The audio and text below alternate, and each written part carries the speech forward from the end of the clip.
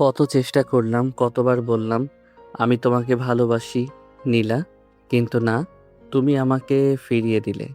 দিয়ে কি করলে? তোমার বাবার পছন্দ করা ছেলেকে বিয়ে করছো।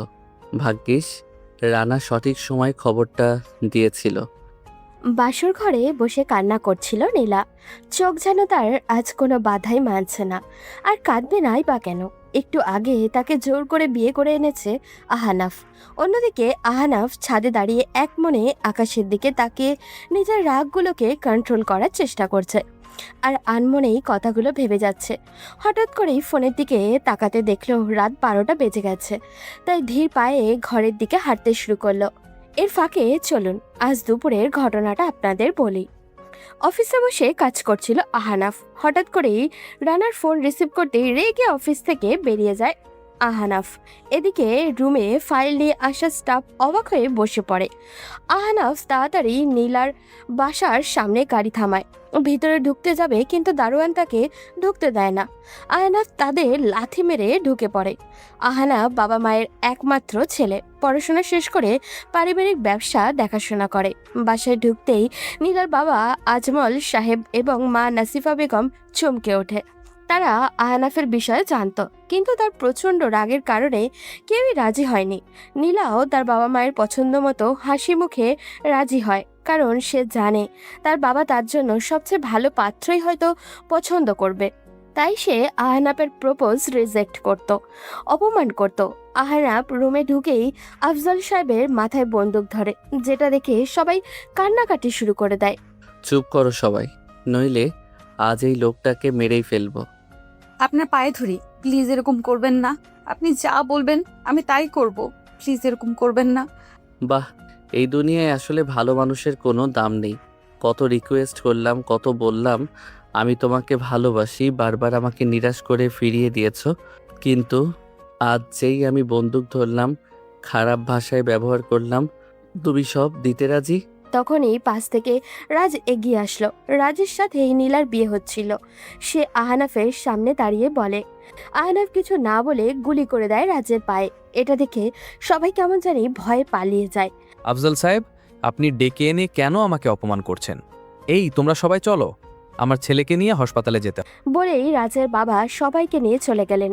রাজ যাওয়ার সময় বলে গেল, এর ফল ভালো হবে না আহনাব। আগে পা তুলে হেঁটে দেখা, এরপর আমার সাথে লাগতে আসবি। আহনাফ আরো রেগে যায়। ধবধবে সাদা মুখে রাগে প্রচন্ড লাল বর্ণ ধারণ করেছে। সে বন্দুকের ট্রিগার হাতে রেখে বলে, তাহলে তো পাগলের পাগলামি একটু দেখাতে হয়। আপনি মরেন শ্বশুর মশাই। প্লিজ এরকম করবেন না। আমি আপনার সব কথা শুনবো। এই তো গুড গার্ল, চলো বউ আমরা যাই। বলেই আহনাফ নীলাকে টেনে নিয়ে বাইরে নিয়ে আসে। এদিকে আফজল সাহেব ধপাস করে মাটিতে বসে পড়েন। আহনাফ গাড়িতে উঠেই কোনো কথা না বলে গাড়ি চালানোয় মনোযোগ দিল। অপরদিকে নীলা ফুপিয়ে ফুপিয়ে কাঁদছে। আহনাফ ফোন করে তার বন্ধুদের কাজী অফিসে আসতে বলে, যেটা শুনে নীলার কান্নার পরিমাণ 100 গুণে বেড়ে যায়। কিন্তু আহনাফের তাতে কোনো ভ্রুক্ষেপই নেই। গাড়ি এসে কাজী অফিসের সামনে দাঁড়ায়। আহনাফ নীলাকে টেনে ভিতরে নিয়ে যায়। আগে থেকেই সব রেডি ছিল, তাই তারা বিয়ের কাজ শেষ করে বাড়ির উদ্দেশ্যে রওনা হয়। গাড়ি এসে থামে এক বিরাট বাড়ির সামনে। চারিদিকে সুন্দর সবুজ গাছ আর একদিকে সুইমিং পুল, পাশে একটা দোলনাও রাখা। এইসব দেখে নীলার কোনো মাথা ব্যথাই নেই, কারণ তার ভিতরটা এখন যন্ত্রণার আগুনে পুড়ে যাচ্ছে। দরজার বেল দিতেই একজন ভদ্রমহিলা দরজা খুলে দিয়ে হাসি মুখে ভিতরে আসতে বললেন। আহনাফের সাথে নীলাকে দেখে কিছু জিজ্ঞাসা করার আগে আহনাফের বাবাও এসে হাজির হন। আহনাফ সব ঘটনা খুলে বলল। তখন তারা প্রথমে রাগ করলেও পরে মেনে নেন, কারণ তারা জানেন তাদের ছেলের জেদ সম্পর্কে। দুপুরের এইসবের কথা ভাবতে ভাবতে বাসর ঘরে ঢুকলো আহনাফ। দরজা বন্ধ করে নীলার কাছে যায়। নীলা ভয়ে কেমন জানি কাচুমাচু হয়ে এক কোণে বসে আছে। আহনাফ নীলার কাজ ঘেঁষে বসতেই নীলা বলে, কি হলো? একটু সরে বসুন। কেন, কি হয়েছে? কি আর হবে, আমি জীবিত লাশ হয়ে গেছি। প্রত্যেকটা মেয়ের জীবনে এই রাতটা নিয়ে কত স্বপ্ন থাকে, কিন্তু আপনার মতো একটা পাষাণ হৃদয়ের মানুষের সাথে আমার সারা জীবন থাকতে হবে ভেবেই মরে যেতে ইচ্ছে করছে। আমি আপনাকে স্বামী হিসেবে মানি না। আহনাফ কথাগুলো শুনে রেগে গেলেও পরক্ষণে ওর মনের অবস্থা চিন্তা করে হাসি মুখে বলে, তুমি মানো আর না মানো, তোমাকে আমার সাথেই থাকতে হবে।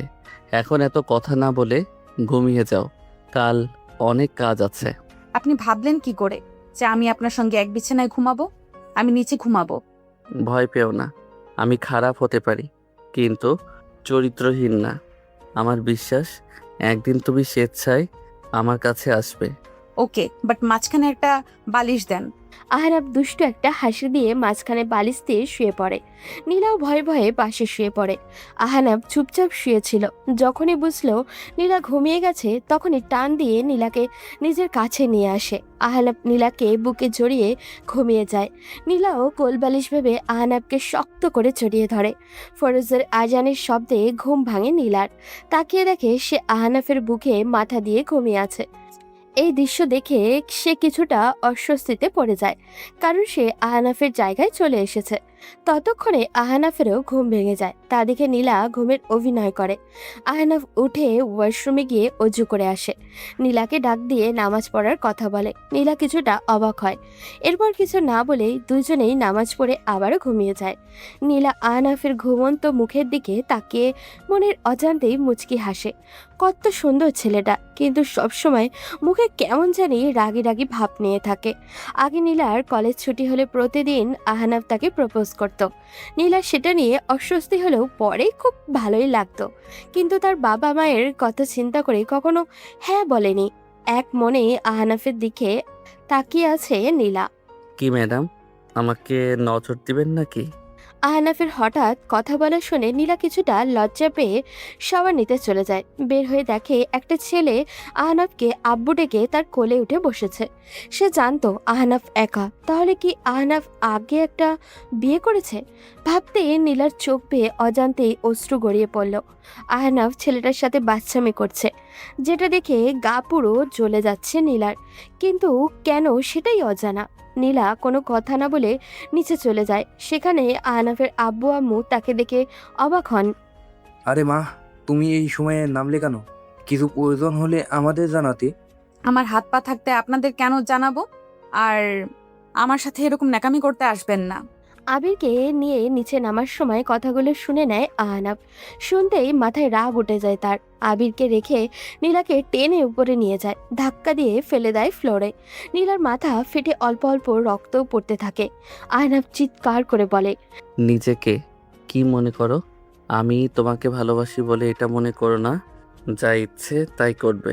কোন সাহসে আমার আব্বুর সাথে এরকম ব্যবহার করলে? দেখুন, আর কোনো কথা না, একটা কথা কান খুলে রাখো। আমার সাথে যেরকম ইচ্ছা ব্যবহার করো, কিন্তু আমার আব্বু আম্মু আর আমার ছেলের সাথে খারাপ ব্যবহার করলে আমার ভয়ঙ্কর রূপটা দেখবে। তাই এবার থেকে ভেবে চিন্তে কাজ করবে। আপনাদের সাথে কি ভালো ব্যবহার করব? আগে একটা বিয়ে করেছেন, আপনার ছেলেও আছে। এখন আবার আমাকে জোর করে বিয়ে করেছেন। না জানি কত মেয়ের জীবন এভাবে নষ্ট করেছেন আপনি। না জেনে এমন কোনো কথা বলো না যার জন্য পরে আফসোস করতে হয়। আর কি বললে? আমি আগে বিয়ে করেছি? ওই যে ছোট্ট ছেলেটা, ওকে তুমি আমার থেকে ভালো চেনো। মানে আমি ওকে কিভাবে চিনবো? রিমিকে চিনো? রিমির কথা শুনতেই অবাক হয়ে যায় নীলা। রিমি তার ছোটবেলার বান্ধবী। রিমি ভার্সিটিতে একটা ছেলেকে খুব ভালোবাসতো, কিন্তু পরিবার মেনে নেয়নি, তাই তারা পালিয়ে যায়। এরপর থেকে আর কোনো খোঁজ খবরই নেই। হঠাৎই আহনাফের মুখে রিমির কথা শুনে নীলা কৌতূহলী হয়ে প্রশ্ন করলো, রিমিকে আপনি কি করে চেনেন? আর ও এখন কোথায়? রিমি আমার ফুফাতো বোন ছিল। সুমন ভাইয়ের সাথে প্রেম করে পালিয়ে যায়। খুব সুন্দর একটা সংসার ছিল তাদের, কিন্তু হঠাৎ একটা কার অ্যাক্সিডেন্টে দুজন মারা যায়। তাদের ছেলে আবির মৃত্যুর আগ মুহূর্তে হাসপাতালের বেডে শুয়ে রিমি আবিরকে আমার হাতে তুলে দেয়। আমি সেই দায়িত্ব পালন করার চেষ্টা করে যাচ্ছি। এতে যদি আমি চরিত্রহীন হয়ে যাই, তাহলে হ্যাঁ, আমি চরিত্রহীন।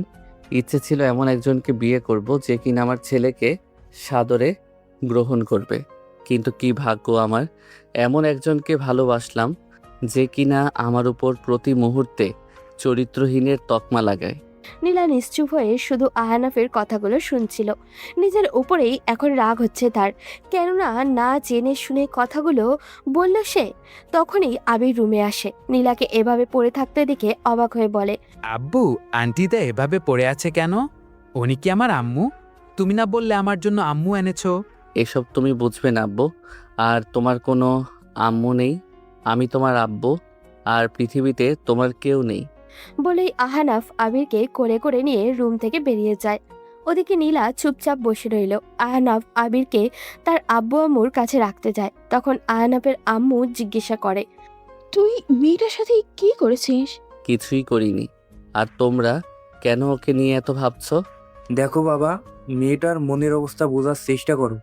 বাবা মাকে ছেড়ে চিরদিনের জন্য অন্য কারোর হাত ধরে আসা সহজ কাজ নয়। আহনাফ চুপচাপ বেরিয়ে আসে। মাথা ব্যথা হচ্ছে প্রচন্ড। কি করলো এটা সে? নীলার গায়ে হাত তুললো। আহনাফ কিছুক্ষণ বাইরে ঘোরাঘুরি করে বাসায় ফিরল। বাসায় ফিরে সে অবাক। নীলা তার আব্বু আম্মুর মাঝখানে বসে হেসে হেসে গল্প করছে। আহনাফ তা দেখে অদ্ভুত চাহনি নিয়ে তাকালো, কিন্তু নীলা কোনো পাত্তাই দিল না তাকে। সে তার মায়ের কাছে গিয়ে বলল, আম্মু, আবির কোথায়? উপরে বসে আছে। আহনাফ উপরে গিয়ে ফ্রেশ হতে ওয়াশরুমে যায়। ওদিকে নীলা আবিরকে নিয়ে আহনাফের রুমে যায়। আন্টি, আমার আব্বু কোথায়? ওয়াশরুমে গেছে, আর আমি তোমার আন্টি নই বাবা। তাহলে? আমি তোমার আম্মু। আব্বু যে বলল আমার আম্মু অনেক দূরে গেছে। তোমার আব্বুর সাথে ঝগড়া হয়েছে, তাই রাগ হয়েছে। এখন তুমি আম্মুর সাথে থাকবা। আবির নীলাকে জড়িয়ে ধরে গল্প করতে লাগলো। আহনাফ ওয়াশরুম থেকে বের হতেই আবির চিৎকার করে দিয়ে বলল, আব্বু, তুমি আমাকে মিথ্যা কেন বললে? আমি আবার কি মিথ্যা বললাম? তুমি বললা আমার আম্মু অনেক দূরে, কিন্তু আমার আম্মু তো আমার কাছে আছে। আহনাফ আবিরের কথায় মুচকি হাসলো। এরপর আবিরের কাছে গিয়ে বলল। সরি, আব্বুর ভুল হয়েছে। নীলা আহনাফকে এগিয়ে আসতে দেখে কিছুটা দূরে সরে গেল। বাবা ছেলের এমন সুন্দর মুহূর্তে সে বাধা হতে চায় না, কিন্তু আবিরকে রেখে আহনাফ নীলার কাছে গিয়ে বলল, সরি নীলা, আমার রাগ উঠলে মাথা ঠিক রাখতে পারি না। প্লিজ আমাকে ক্ষমা করে দিও। আমিও সরি, আপনাকে ভুল বুঝেছি। আহনাফ দেখল নীলার মাথার দিকটা ফুলে গেছে। আহনাফের মনে কিছুটা অপরাধবোধ কাজ করছে, তাই ড্রয়ার থেকে ফার্স্ট এইড বক্সটা নিয়ে আসলো। এসে নীলার মাথায় ব্যান্ডেজ করে দিল। নীলাও কোনো আপত্তি করলো না। পরদিন বিকেলে আহনাফ দেখল নীলা আনমনেই জানলার গ্রিল ধরে দাঁড়িয়ে আছে। হয়তো বাবা মায়ের কথা মনে পড়ছে মেয়েটার। আহনাফ মনে মনে সিদ্ধান্ত নিল, যে করেই হোক নীলার বাবা মায়ের সাথে দেখা করে কথা বলবে। পরদিন সকালে আহনাফ আবিরকে আর নীলাকে নিয়ে বের হয়। নীলা গাড়িতে উঠতেই বলল, আমি আপনার সাথে কোথাও যাব না। আপনি আমাকে কোথায় নিয়ে যাচ্ছেন? জাহান্নামে নিয়ে যাচ্ছি, গেলে দেখতে পাবে। আহনাফের ধমকে নীলা চুপ করে বসে রইল। একটু পর নীলাদের বাসার সামনে এসে গাড়ি থামলো। নীলা অবাক হলো তাদের বাসা দেখে। লোকটা এখানে কেন নিয়ে আসলো তাকে? কলিং বেল বাজতেই নীলার মা দরজা খুলে দিলেন। নীলাকে দেখে কান্না করে জড়িয়েও ধরলেন। নীলা তার মায়ের বুকে মাথা রেখে জিজ্ঞাসা করলো, আব্বু, আম্মু, আব্বু কোথায়? যেই দিন তুই চলে যাস সেই দিন থেকে ঠিকমতো খাওয়া দাওয়া করছে না, ঠিকমতো কথাও বলে না, সারাদিন রুমের মধ্যে বসে থাকে। নীলা আবিরকে কোলে নিয়ে তার বাবার রুমে গেল। আর আহনাফ ড্রয়িং রুমে বসে শাশুড়ির সাথে গল্প করতে লাগলো। নীলা গিয়ে তার বাবাকে ডাক দিতেই তিনি দৌড়ে এসে দরজা খুলে দেন। মা, তুই এসেছিস? ওই লম্পটটার কবল থেকে তুই কিভাবে আসলি? তোর কি কোনো ক্ষতি করেছে? তুমি এত চিন্তা করো না বাবা, আমি সম্পূর্ণ ঠিক আছি। নীলার মাও আসেন তাদের রুমে, সাথে আহনাফও। আহনাফকে দেখেই নীলার বাবা রেগে যান। এই শয়তানটা এখানে কেন? এই মুহূর্তে ওকে আমার বাড়ি থেকে বের করে দে। আমি ওকে আমার চোখের সামনে দেখতে চাই না। আব্বু, তুমি এত জোরে জোরে কথা বলো না, বুকে ব্যথা করবে। তোমার না হার্টে প্রবলেম? আহনাফ নীলার বাবার সামনে আসে। আঙ্কেল, আমি নীলাকে ভালোবাসি। এই শব্দটা আমি শতাধিকবার আপনাকে বলেছি, কিন্তু আপনি যখন মেনে নিতে অস্বীকার করলেন তখন আমি ওকে তুলে নিয়ে গেছি। এখন ও আমার বিবাহিতা স্ত্রী। আমি আপনার কাছে হাত জোর করে বলছি, আমাকে মেনে নেওয়া লাগবে না। প্লিজ, আপনার মেয়ে কষ্ট পাচ্ছে, তার জন্য হলেও আমাদের সম্পর্কটা মেনে নিন। তুই কি ভেবেছিস তোর এরকম সাজানো নাটকে আমাকে ঘায়েল করতে পারবি? কোনোদিনও না। আমি এই বিয়ে মানি না। আমার মেয়েকে আমি আমার সাথে রাখবো। আমি এখনই পুলিশকে ফোন করছি। নীলা তার বাবার কথায় অবাক হয়। তার বাবা সত্যি সত্যি কল দিতে যাবেই তখনই নীলা তার বাবাকে বাধা দেয়। যে করেই হোক আমাদের বিয়েটা হয়ে গেছে আব্বু, প্লিজ তুমি ঝামেলা করো না। এসব কি বলছিস মা? তোকে কি এই কুলাঙ্গারটা জোর করে এসব বলাচ্ছে? বল, তোকে কি কিছুর ভয় দেখিয়েছে বল? আরে না আব্বু, উনি আমাকে এখানে নিয়ে আসছেন। এদিকে আহনাফ নীলার বাবার এইসব কথা শুনে রেগে যাচ্ছে। বিষয়টা নীলাও বুঝতে পারল, তাই সে চলে আসতে চাইল। আহনাফ তখন নীলাকে নিজের সব বই খাতা নিয়ে আসতে বলল। এসব বই খাতা দিয়ে আমি কি করব? বই খাতা দিয়ে মানুষ কি করে? পড়ালেখা করবে। নীলা মুচকি হেসে সব বই খাতা নিয়ে গাড়িতে ওঠে। নীলা আসার সময় তার মা অনেক কান্না করছে। নীলা তার মায়ের কান্না দেখে নিজেও কেঁদে দিল। তখন আবির পাশ থেকে বলল। আম্মু কান্না করছো কেন? কে বকা দিচ্ছে? নীলা আবিরকে জড়িয়ে ধরে বসে থাকে। ওদিকে আহনাফ শুধু চুপ করে শুনে যাচ্ছে মা ছেলের কথা। একটু সামনে যেতেই আহনাফ গাড়ি থামিয়ে কোথায় যেন গেল। একটু পর হাতে ফুচকার দুটো বক্স নিয়ে আসলো। এরপর সেগুলো নীলার হাতে ধরিয়ে দিয়ে পড়ল। প্লিজ মানা করো না, আমার সহ্য হয় না। নীলা আহনাফের কথায় হালকা হাসার চেষ্টা করলো। এরপর রাক্ষসের মতো ফুচকা খেতে শুরু করলো। এই জিনিসটা তার অল টাইম ফেভারিট। এদিকে পাশে বসে থাকা আহনাফ আর আবি একে অপরের দিকে তাকাচ্ছে। আম্মু আমি খাবো। এই না আব্বু, তুমি এসব খাবে না, অসুস্থ হয়ে যাবে। তাহলে আম্মু কেন খাচ্ছে? তোমার আম্মু নিজে একটা অসুখ, তার আবার কি হবে? নীলা এইসব শুনছে, বাট এখন তার মেইন ফোকাস খাওয়া, তাই কিছু বলল না। আহনাফ আবারও ড্রাইভ করতে শুরু করলো। বাসায় ফিরে আহনাফ আবিরকে রেখে নীলাকে বলল আবারও বের হতে হবে। নীলা অবাক হয়েই বলল। এই মাত্র আসলাম, আমি খুব টায়ার্ড, এখন কোথায় যাব? পড়াশোনা করা লাগবে না, এখানকার একটা প্রাইভেট মেডিকেলে যাব তোমার অ্যাডমিশনের জন্য। কিন্তু আমার ওই কলেজের অ্যাডমিশন আবার ট্রান্সফার, আমার কিছু মাথায় ঢুকছে না। তুমি আহনাফের স্ত্রী, তোমার স্বামীকে পরিবারের লোক সম্মান না দিলেও বাইরের লোক অল্প হলেও সম্মান করে। চলো, গেলেই দেখতে পাবে। বলে আহনাফ নীলাকে নিয়ে গাড়িতে উঠল। মেডিকেল যেতেই দেখলো আহনাফের সাথে সবাই কুশল বিনিময় করছে। এর মানে এখানেও ওনার চেনা পরিচিত লোক আছে। একটা স্যারের রুমে যেতেই আহনাফকে তিনি বেশ আপ্যায়নও করলেন। এরপর তিনি নীলার অ্যাডমিশনের সব ব্যবস্থা করলেন। নীলা ভর্তির ঝামেলা শেষ করে বাসায় আসলো। মনে মনে সে খুব খুশি, কারণ ছোটবেলা থেকেই তার একটাই ইচ্ছা ডাক্তার হবে। কিন্তু আহনাফের কারণে তার বাবা মা রাজের সাথে বিয়ে ঠিক করেছিল। ভাগ্যের কি পরিহাস, আজ সেই আহনাফ তাকে আবারও মেডিকেলে পড়ার সুযোগ করে দিচ্ছে। নীলা ছেলেটাকে যতটা খারাপ মনে করেছিল, ছেলেটা ততটা খারাপ নয়। রাতে নীলা আবিরকে সাথে নিয়ে বইগুলো গুছিয়ে রাখছিল। তখন একটা বুকশেলফ দেখলো, সেখানে অনেক মেডিকেলের বই। নীলা অবাক হয়ে সব দেখতে লাগলো। এরপর আহনাফ আসার পর জিজ্ঞাসা করলো। এই যে মিস্টার, এই বইগুলো কার? বইগুলো যেহেতু আমার ঘরে আছে সেহেতু আমারই বই হবে। আপনি কতটুকু পড়াশোনা করেছেন? 2 বছরে তো কোনোদিন দেখলাম না পড়াশোনা করতে। আহনাফ কোনো উত্তর না দিয়ে আবিরকে নিয়ে চলে গেল। পরদিন সকালে নীলাকে নিয়ে মেডিকেলের উদ্দেশ্যে রওনা দিল। কলেজের গেট দিয়ে ঢুকতেই লিজার সাথে দেখা। লিজা মেয়েটা আহনাফকে দেখেই বলল। আরে আপনি আহনাফ ভাইয়া না? জি, আমাকে চিনতে পারছেন তাহলে? চিনতে পারবো না কেন ভাইয়া, কলেজের ওই ঝামেলার পর তো আর আসলেনই না। সাথে উনি কে? আমার ওয়াইফ। নীলা এতক্ষণ দাঁড়িয়ে শুধু শুনছিল আর অবাক হচ্ছিল, লোকটার আর কত রূপ দেখবে সে। তখন লিজার নামের মেয়েটা নীলার কাছে এসে বলল। আসসালামু আলাইকুম ভাবি, কেমন আছেন? ওয়ালাইকুম আসসালাম, জি ভালো। আচ্ছা লিজা, আমি আসি। তুমি তোর ক্লাসমেট, খেয়াল রাখবে ওর। জি ভাইয়া, আমি অবশ্যই আমার সর্বোচ্চ চেষ্টা করব। তখন আহনাফ নীলার কানের কাছে এসে বলল। ঠিক মতো ক্লাস করবা, আর পালানোর কোনো প্ল্যান থাকলে মাথা থেকে ঝেড়ে ফেলো, কারণ আমি না থাকলেও আমার লোক সবসময় তোমাকে ফলো করবে। আমি কেন পালাতে যাব? আচ্ছা তাহলে আসি। ক্লাস শেষ হওয়ার পর আমি এসে নিয়ে যাব। বলেই আহনাফ চলে যেতেই লিজা নীলার কাছে আসলো।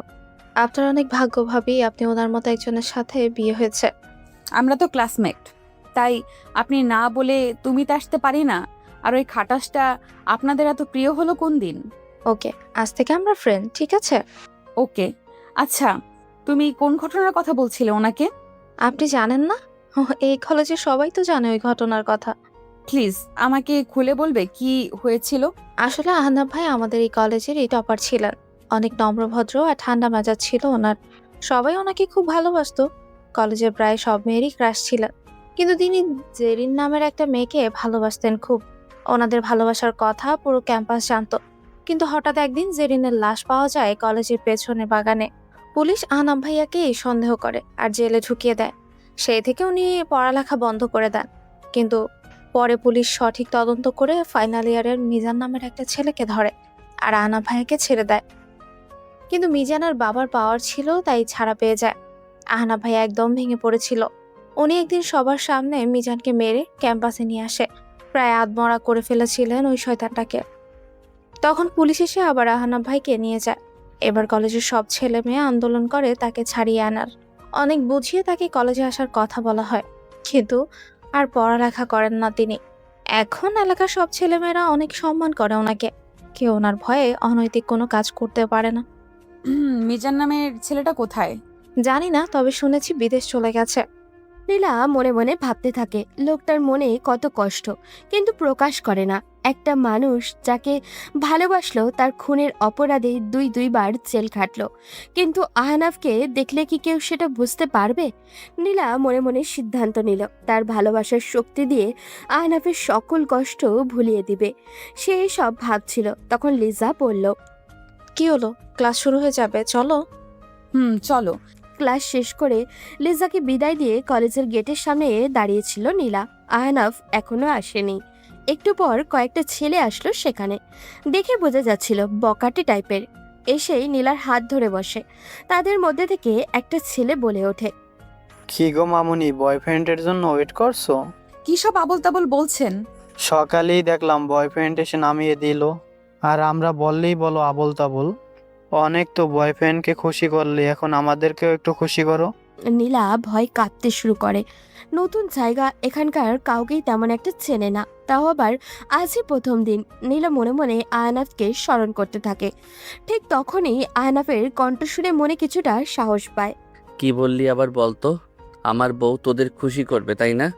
ও কিভাবে তোদের খুশি করবে? চল, আমি তোদের খুশি করে দিচ্ছি। আহনাফকে দেখেই সবাই পালাতে থাকে। আহনাফ তাদের পিছন পিছন দৌড়ে কিছু দূর যেতেই ওরা বাইক নিয়ে পালিয়ে যায়। আহনাফ ফোন দিয়ে কাউকে কিছু একটা বলে নীলার কাছে আসে। সরি নীলা, আসতে একটু দেরি হয়ে গেল। আর একটু দেরি হলেই তো এই আহনাফ বেঁচে থাকতে তোমার কিচ্ছু হবে না। হয়েছে, এবার চলেন। নীলা আর আহনাফ গাড়িতে বসেছিল। আহনাফ চুপচাপ ড্রাইভ করছিল। তখন নীলা পাশ থেকে বলে ওঠে, আচ্ছা মিস্টার আহনাফ, জেরিনকে? জেরিনের নাম নীলার মুখে শুনে আহনাফের হাত কাঁপতে শুরু করলো। সে স্বাভাবিক থাকতে না পেরে জোরে ব্রেক করলো। এরপর ভয়ে ভয়ে বলল, জেরিন মানে? আমি কোনো জেরিনকে চিনি না। ও তাই নাকি? আচ্ছা ভালো। এই নাম যেন আর কোনোদিন তোমার মুখে না শুনি। নীলার কিছু বলল না। আহনাফ আবারও গাড়ি চালাতে লাগলো। বাসায় এসে নীলা আর আবির রুমে বসেছিল। ওদিকে আহনাফ অনেকক্ষণ ধরে চুপচাপ ব্যালকনিতে দাঁড়িয়ে আছে। নীলা লক্ষ্য করলো জেরিনের নাম বলার পর থেকেই আহনাফ কেমন জানি গম্ভীর হয়ে গেছে। নীলা উঠে গেল ব্যালকনিতে। আহনাফ নীলাকে দেখে চলে আসতে নিলে নীলা টান দিয়ে ধরল। পিছন থেকে আহনাফকে শক্ত করে জড়িয়ে ধরল। আহনাফ কিছু বুঝতে পারছিল না। কি হয়েছে নীল? আমি হয়তো আপনাকে জেরিনের মতো ভালোবাসতে পারবো না, কিন্তু কথা দিচ্ছি কোনোদিন ঠকাবো না, কোনোদিন কষ্ট পেতে দিব না। আমি আপনাতে আসক্ত হয়ে পড়েছি। আহনাফ পিছন ঘুরে নীলাকে শক্ত করে জড়িয়ে ধরে বাচ্চাদের মতো কান্না করতে শুরু করলো। বুড়ো বয়সে কি বাচ্চা হওয়ার শখ জেগেছে নাকি? আমি তোমার সাথে কোনো বিশ্বাসঘাতকতা করতে চাই না নীলা। আমি সত্যি বলছি, ওইসব আর আমার মনে নেই। এখন আমি শুধু তোমাকে ভালোবাসি। আমিও যে ভালোবেসে ফেলেছি আমার ডেভিলকে। আহনাফ কিছুক্ষণ নীলাকে জড়িয়ে ধরে বাসার বাইরে চলে যায়। রাতে নীলা পড়তে বসেছে। ওদিকে আহনাফ আর আবির বিছানায় বসা ছিল। নীলা দুষ্টুমি করে জোরে জোরে আবুল তাবুল মুখে যা আসছে তাই পড়ে যাচ্ছে। আহনাফ বিছানা থেকে উঠে এসে নীলার মাথায় একটা টোকা দেয়। আউচ! এটা কি হলো? কি সব আবল তাবল পড়ছো? কেন, আমি তো ঠিকই পড়তেছি। আহনাফ নীলার পাশে বসে পড়াতে লাগলো। নীলা চুপ করে শুধু আহনাফের মুখের দিকে চেয়ে রইল। এভাবে তাকিয়ে কি দেখো? আপনাকে দেখি। আপনাকে না, তোমাকে দেখি। নীলা মুচকি হাসলো। পরদিন সকালে নীলাকে কলেজে নামিয়ে দিয়ে অফিসে গেল আহানাফ। ওদিকে নীলা ক্লাসে বসেছিল একা। আজ লিজা আসেনি। হঠাৎ করে একটা ছেলে এসে নীলার পাশে বসে পড়ল। নীলা দেখে সরে আসতে চাইলেও ছেলেটা হেসে বলল, হ্যালো, আমি রনি। জি, আমি নীলা। Nice name. থ্যাঙ্কস। আমরা কি বন্ধু হতে পারি? নীলা 7-5 না ভেবে ওকে বলে দিল। ভাবলো শুধু বন্ধুত্বই তো। নীলা ক্লাস শেষ করে রনির সাথে বের হতেই হুমড়ি খেয়ে কালকের ছেলেগুলো সামনে পড়ল। সবার অবস্থা খুবই খারাপ, হয়তো অনেক মার খেয়েছে। নীলার বুঝতে বাকি রইল না এটা কার কাজ। রনি পাশ থেকে বলে উঠল, এসব কি নীলা? কালকে ওরা আমাকে ডিস্টার্ব করেছিল, তাই আমার হাজবেন্ড শাস্তি দিয়েছে। তোমার হাজবেন্ড গুন্ডা নাকি? তবে সেটা শুধু খারাপ মানুষের জন্য। ভালো মানুষদের কাছে সে এক স্বপ্নের পুরুষ। হয়েছে, আমার আর বর্ণনা করতে হবে না, এখন চলেন। আহনাফের কণ্ঠে বিস্মিত হয়ে পেছনে তাকায় নীলা। দেখে আহনাফ আর আবির দাঁড়িয়ে আছে। নীলা গিয়ে আবিরকে কোলে তুলে নেয়। রনি চলে যেতে চাইলেও নীলা রনিকে বলে, পরিচিত হন, আমার হাজবেন্ড আহনাফ আর আমার ছেলে আবির। আর আহনাফ ও আমার friend Roni. Hello mister Ahnaf.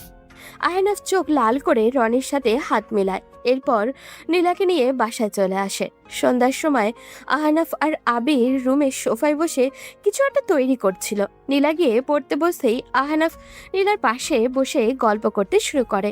Ahnaf, আমি এখন পড়ছি, প্লিজ ডিস্টার্ব করো না। নীলার কথায় আহনাফের কিছুটা খারাপ লাগলো। অভিমান করে উঠে চলে যেতে চাইলে নীলা পেছন থেকে জড়িয়ে ধরে বলল, কি হয়েছে? আমার জামাই রাগ করেছে বুঝি? ছাড়ো, আমার ভালো লাগছে না। এখনই এত বিজি ডাক্তার হয়ে গেলে তো আমাদের বাপ ছেলেকে ভুলেই যাবা। কত নতুন নতুন স্মার্ট মানুষের সাথে পরিচয় হবে, কত ফ্রেন্ডশিপ হবে। ছাড়ার জন্য তো ধরি নাই, এখন শুরু করলাম। ডাক্তার হওয়া তো বহু দূর। আর এখন থেকে তুমি কি না কি চিন্তা করছো? নীলা, আমাকে রাগিও না, ভালো লাগছে না, ছেড়ে দাও। কি ছেড়ে দিব? আমি তো আমার রাগী বরকে ছাড়া অন্য কাউকে নিজের কাছেও আসতে দিব না, কারণ আমি তো আমার রাগী বরকে অনেক ভালোবাসি। সত্যি তো? সত্যি। এখন কোথায় যাচ্ছ? আমাকে তো পড়াতে হবে নাকি? আসলে তোমাকে হারানোর ভয় সবসময় কাজ করে। আমার শুধু মনে হয় তুমি আমাকে ছেড়ে চলে যাবে। তুমি যদি আমাকে ছেড়ে চলে যাও, আমি সত্যি মরে যাব। নীলা শক্ত করে জড়িয়ে ধরে আহনাফকে। এরপর রাগ দেখিয়ে বলে, কখনো এরকম কথা বলবে না। তোমার কিছু হলে আমার আর আবিরের কি হবে? এখন পড়তে বসো। আব্বু, আমিও পড়বো। ও আমার বাবাটা বুঝি পড়বে? আমিও আম্মুর মতো ডাক্তার হব। ঠিক বলছো বাবা। এরপর দুজনে মিলে তোমার আব্বুর পেট কাটবো। আহনাফ হা হয়ে তাকিয়ে আছে। নীলা উঠে বাচ্চাদের একটা বই এনে আবিরের হাতে দেয়। আবির সেটা নিয়ে নীলার পাশে বসে পড়ে। এর মধ্যে আহনাফের বাবা মাও রুমে ঢোকে। আহনাফ তাদের দেখে বলে, আব্বু, কোনো দরকার? দরকার আছে। কাল তো প্রথম রোজা, তুমি তো জানো আমরা রমজান মাসটা গ্রামে কাটাই। আমি বলি কি, এবার 20 রোজা ওখান থেকে চলে আসবো, তোমরাও আমাদের সাথে চলো। না আব্বু, আসলে অফিসেও কাজ আর নীলারও গ্রামে থাকার অভ্যাস নাই। আমরা বরং ঈদের পর গিয়ে ঘুরে আসবো। আচ্ছা ঠিক আছে, তাহলে এক কাজ করো, 2 ভাইকে আমাদের সাথে দিয়ে দাও। ও তো কান্না করবে। আরে না, ও আমাদের সাথেই থাকবে। কি দাদু ভাই ঘুরতে যাবে? হ্যাঁ আব্বু, আমি যাব। বেশি কান্না করলে তুই গিয়ে নিয়ে আসবি। আমি কান্না করব কেন? আমি কি বাচ্চা? আবিরের কথায় সবাই হেসে ওঠে। এরপর সবাই যে যার রুমে গিয়ে শুয়ে পড়ে। সেহরির সময় হয়ে গেছে, কিন্তু এখনো আহনাফ ঘুমাচ্ছে। নীলা অনেক ডাকছে, কিন্তু কে শুনে কার কথা। নীলা রেগে বলল, উঠবে নাকি ঢেলে দিব? এই না, উঠছি। তুমি খাবার গরম করছো? আমি কি তোমার মতো অলস নাকি? সব শেষ এখন, চলো খাবো। তারপর সবাই খাওয়া দাওয়া করে নামাজ পড়ে ঘুমিয়ে যায়। সকালে উঠতে উঠতে আহনাফের অনেক দেরি হয়ে যায়। উঠে কোথাও নীলাকে খুঁজে না পেয়ে রান্নাঘরে যায়। গিয়ে দেখে সে কাজের লোকের সাথে বসে গল্প করছে। তুমি উঠে গেছো? যাও ফ্রেশ হয়ে আসো। আব্বু আম্মু কই? ওনারা চলে গেছেন। মানে কি? আমাকে ডাক দিলে না কেন? তুমি ঘুমাচ্ছিলে আর আম্মু ডাকতে নিষেধ করছিল। এরপর স্বাভাবিকভাবেই কেটে গেল 20 দিন। রোজার মাসটাও সবার কাছে অন্যরকম। এই একটা মাস মানুষ নিজেকে আল্লাহর জন্য উৎসর্গ করে। আহনাফ দুপুরে সোফায় বসে একটা বই পড়ছিল। হঠাৎই কলিং বেলের শব্দে দরজা খুলে হা হয়ে দাঁড়িয়ে রইল। সে যেন তার চোখে বিশ্বাস করতে পারছে না। এটা কিভাবে সম্ভব? আহনাফের হা হয়ে তাকিয়ে থাকা দেখে তার বাবা ধমক দিয়ে ভিতরে ঢুকে যান। নীলাও রান্নাঘর থেকে এসে হা হয়ে তাকিয়ে আছে। সেও নিজের চোখকে বিশ্বাস করতে পারছে না। নীলার বাবা তার শ্বশুর বাড়ি এসেছে। নীলার নিজের অজান্তেই চোখ দিয়ে দুফোঁটা অশ্রু গড়িয়ে পড়ে। নীলার বাবা মেয়ের কান্না দেখে মুচকি হেসে মেয়ের কাছে গিয়ে বললেন, কিরে মা, আজ বাবাকে দেখে খুশি হসনি? কান্না করছিস কেন? এটা কষ্টের কান্না না, আমি ভাষায় প্রকাশ করতে পারছি না আব্বু, আমি কতটা খুশি।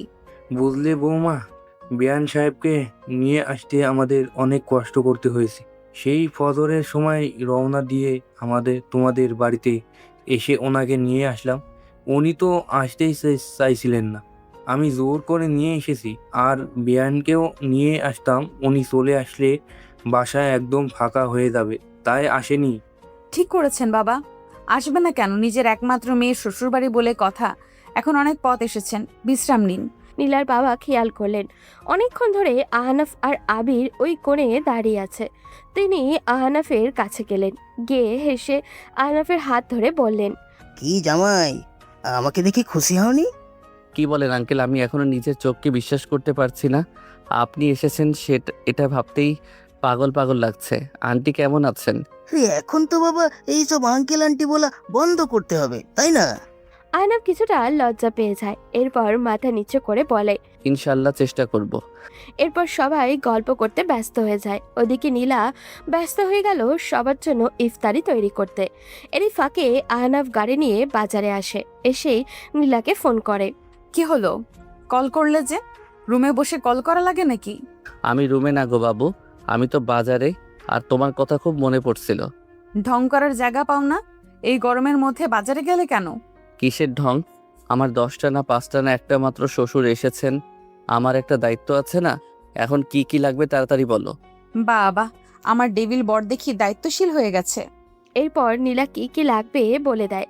আহনাফ সেগুলো নিয়ে আবিরের জন্য চকলেট কিনে বাসার উদ্দেশ্যে রওনা দিবে। তখনই পাশের একটা জুয়েলার্সের দোকানের দিকে নজর যেতেই মুচকি হাসে। এরপর দোকানদারের সাথে বেশ কিছুক্ষণ কিছু একটা নিয়ে আলোচনা করে। দোকানদার তাকে ওয়েট করতে বলে। ওদিকে আহনাফ তার বাড়ির কাছের ছেলেকে কল করে বাজারগুলোকে ওকে দিয়ে পাঠিয়ে দেয়। এরপর ব্যাংক থেকে টাকা তুলে শপিং মলের দিকে হাঁটতে শুরু করে। সবার জন্য কিছু না কিছু কিনেছে। এরই মধ্যেই তার মাথায় একটা দুষ্ট বুদ্ধি এলো। সে ভাবল নীলা আর আবিরকে একটু রাগাবে, সেজন্য জুয়েলারি শপ থেকে জিনিসটা নিয়ে বাড়িতে আসে। আসরের নামাজ পড়ার পর সবাই বসে গল্প করছে। নীলা রান্নাঘরে বুয়াকে ইফতার বানাতে হেল্প করছে। আহনাফ ব্যাগগুলো থেকে যার জন্য যা এনেছে একে একে সবাইকে দিতে লাগলো। আবির আর নীলা এক জায়গায় দাঁড়ানো, সবার জন্য কিছু না কিছু আনছে। এমনকি বাড়ির ড্রাইভার, বুয়া, কাজের ছেলে সবার জন্য কিছু না কিছু আনছে, কিন্তু তাদের দুজনের জন্য কিছুই আনেনি। কিরে আহনাফ, বৌমা আর দুলাভাইয়ের জন্য কি আনছিস নি? আহনাফ তার বাবাকে ইশারায় কিছু বলল। আহনাফের দিকে তাকিয়ে বড়রা সবাই মিটমিটিয়ে হাসছে। তখন আহনাফ নীলাকে শুনিয়ে বলল, না বাবা, ওদের তো লাগবে না। ওদের এই কয়েকদিন আগে অনেক শপিং করিয়ে দিয়েছি, সেগুলো দিয়েই ঈদ পার হয়ে যাবে। শুধু শুধু টাকা নষ্ট করে কি লাভ? এরপর ইফতার শেষে নামাজ পড়ে নেয় সবাই। গল্প শেষে রাত 10টায় আহনাফ রুমে এসে দেখে নীলা আর আবির মুখ ফুলিয়ে বসে আছে। আমাদের তো লাগবে না, এগুলো দিয়েই ঈদ চলে যাবে। ঢং। তুমি কথা বলবে না? তোমার সাথে আরই। তোমার আম্মু কি ফকির নাকি? তোমার আর আমার জন্য শপিং করে ঘর ভরিয়ে ফেলবো? আহনাফ শুনছে আর হাসছে। তোমাদের কি সত্যিই শপিং লাগবে? তুমি কথা বলবে না? তোমার সাথে আরই। নীলা, আমার না তোমার সাথে ছাদে যেতে ইচ্ছে করছে। 2 কাপ কফি নিয়ে আসো ছাদে। সরবে নাকি? আমরা রুম থেকে চলে যাব। ঢং করার জায়গা পাও না? আহনাফ দুজনকে জড়িয়ে ধরে। এরপর 2টা ব্যাগ বের করে আনে। তোমরা ভাবলে কি করে আমি সবার জন্য গিফট আনবো আর তোমাদের জন্য আনবো না? আমি তোমাদের সারপ্রাইজ দেওয়ার জন্য লুকিয়ে রেখেছিলাম। নীলা আর আবির আহনাফের কথা শোনায় মনোযোগ না দিয়ে ব্যাগ খুলতে থাকে। দুজনেই অনেক খুশি। এরপর সবকিছু গুছিয়ে রেখে আবির ঘুমিয়ে যায় আর আহনাফ একপাশে শুয়ে পড়ে। নীলা কাছে এসে বলে, ওই ছাদে যাবে না? চলো না, চাঁদ দেখবো। না, যাব না। তোমার তো আমাকে প্রয়োজন নেই, তোমরা শপিং নিয়ে থাকো। ও আমার বাবুটা বুঝি অভিমান করেছে? তোমার অভিমান ভাঙানোর উপায় আমার জানা আছে। বলেই নীলা আহনাফের গালে একটা চুমু দেয়। আহনাফ মুখ ঘুরিয়ে নিয়ে বলে, আজ এসব কিছুতেই কাজ হবে না। তাহলে তো আমাকেও ডেভিল হতে হবে। বলে নীলা এক ঝোপ পানি নিয়ে আসে। এরপর আহনাফের দিকে তাকিয়ে বলে, উঠবে নাকি জল ঢেলে দিব? দূর দূর, কোথায় ভাবলাম রোমান্টিকভাবে এসে আমার অভিমান ভাঙাবে। না, উনি এসেছেন ফোর্স করতে। সবকিছুর পরে তোমার মতো একটা ডেভিলের সাথে থাকতে থাকতে আমিও কিছুটা শিখে গেছি। 5 মিনিট টাইম দিলাম, আমার জন্য কফি নিয়ে ছাদে আসো। কি? আমি কফি বানাবো? আমি পারবো না। জলটা কিন্তু এখনো হাতেই আছে। আহনাফ রান্নাঘরে গিয়ে কফি বানিয়ে তার আনা ব্যাগটা নিয়ে ছাদে যায়। গিয়ে দেখে ম্যাডাম দোলনায় বসে আছেন। আহনাফ তখন নীলার কাছে গিয়ে বলে, তাহলে তো ম্যাডাম আপনার আর কোনো কষ্ট থাকলো না। তোমার আব্বু চলে আসলো, কিন্তু আমার দুঃখ কষ্ট কেউ দেখে না। ঢং না করে সোজাসুজি বলো। বলবো? বলে ফেলো। আমাদের বাসরটা কিন্তু এখনো হয় নাই। নীলা কফির কাপে চুমুক দিতেই যাচ্ছিল, তখন আহনাফের মুখে এমন কথা শুনে থেমে যায়। খানিকটা রাগ দেখিয়েই বলে, লুচিগিরি করার জায়গা পান না? এখানে লুচুগিরির কি দেখলে? আচ্ছা বাদ দাও, এটা দেখো। বলেই আহনাফ হাতে থাকা ব্যাগটা এগিয়ে দিল নীলার দিকে। নীলা অবাক হয়ে বলল, কি এটা? সারপ্রাইজ, আমার ডেভিল কুইনের জন্য ছোট্ট একটা গিফট। নীলা ব্যাগ খুলে জিনিসগুলো দেখে অনেক খুশি হয়। একটা একটা করে বের করতে থাকে। নীলা প্যাকেটটা খুলে নিস্তব্ধ হয়ে দাঁড়িয়ে আছে। ভিতরে একটি নীল রঙের শাড়ি আর একটা সোনার লকেট, যেটির মাঝখানে তার আহনাফ আর আবিরের ছবি দেওয়া। এমনি এমনি এত টাকা খরচের কি দরকার? এমনি কোথায়, যদি কখন আমি দূরে চলে যাই বা মরে যাই, এটা স্মৃতি হিসেবে রাখবে। দূরে যেতে দিলে তো। একটা রিকোয়েস্ট করি, রাখবে? বলো। এগুলো একটু পরে আসবা প্লিজ। এত রাতে? আচ্ছা ঠিক আছে, ওয়েট করো। নীলা রুমে ঢুকে শাড়িটা পরে আসে। কফির কাপ ওভাবেই রয়ে গেছে, তাই নীলার গরম 2 কাপ কফি নিয়ে ছাদে যায়। গিয়ে দেখে আহনাফ এখনো একভাবে তাকিয়ে আকাশ দেখছে। নীলা টেবিলে কফি রেখে পিছন থেকে জড়িয়ে ধরে। হঠাৎ কেউ জড়িয়ে ধরায় পিছন দিকে তাকিয়ে হা হয়ে যায় আহনাফ। নীল শাড়িতে অসম্ভব সুন্দর লাগছে তার বউকে। আহনাফ নিজ হাতে লকেটটা পরিয়ে ঘাড়ে একটা চুমু দিল। নীলা কিছুটা কেঁপে উঠল। এরপর দোলনায় বসে দুজন কফি খাচ্ছে।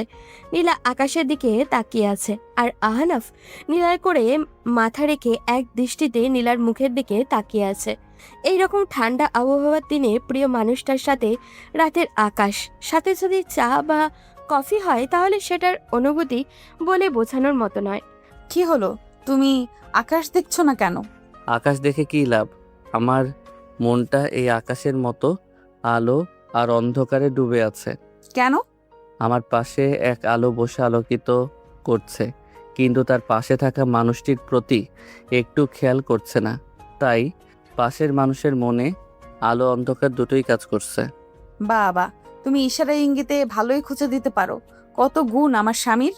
তোমাকে বিয়ে না করে একটা রোবটকে বিয়ে করলে ভালো হতো। সে অন্তত আমার মনের দুঃখ একবার হলেও বুঝতো। ও তাই বুঝি।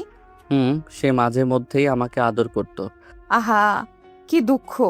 আহনাফের মাথায় একটা দুষ্ট বুদ্ধি আসলো।